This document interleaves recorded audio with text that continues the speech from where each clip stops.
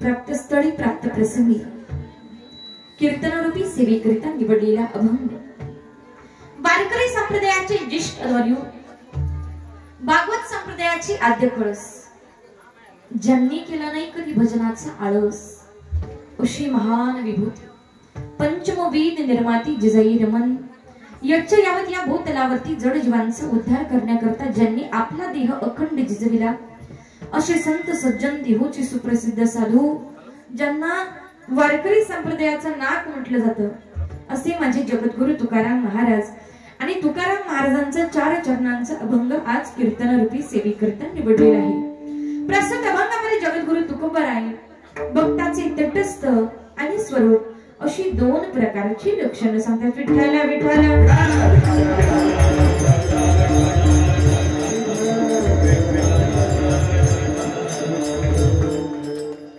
संत श्रेष्ठ ज्योती सुसज्जन माईबाप आपल्या कुंभारगाव मध्ये चालू असणारा एक दिनीय कीर्तनाचा कार्यक्रम कीर्तन सेवेचं निमित्त कीर्तन सेवेचं कारण तुम्हाला आणि मला सर्वांना ज्ञात आहे माहिती आहे। जगाचा मालक ब्रह्मांड नायक अदमापूरचा राजा म्हणजेच माझे बाळूमामा।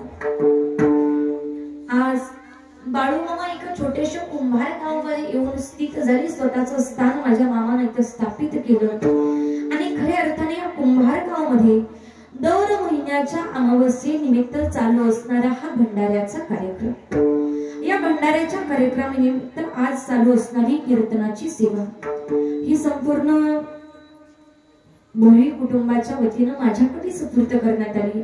त्यांच्या चरणी प्रथमतः मस्तक ठेवते।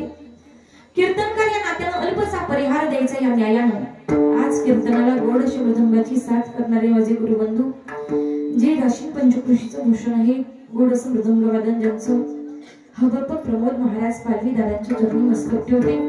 त्याचबरोबर गोडस गायन ज्यांचं तेही राशीन गावचं भूषण आहे राशीन पंचकृषीचं भूषण आहे हबप माऊली महाराज गदादे दादांच्याही चरणी मस्तक ठेवते।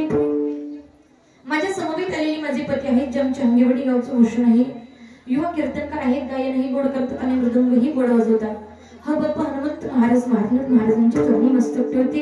आपल्या पंचक्रोशीतील सर्व हळूहळू महाराज मंडळी, सर्व भजनी मंडळ सर्वांच्या चरणी मस्तक ठेवते.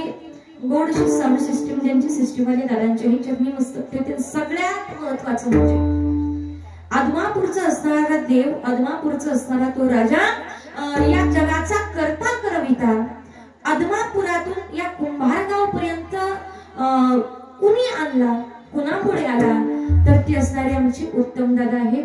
त्यांच्याही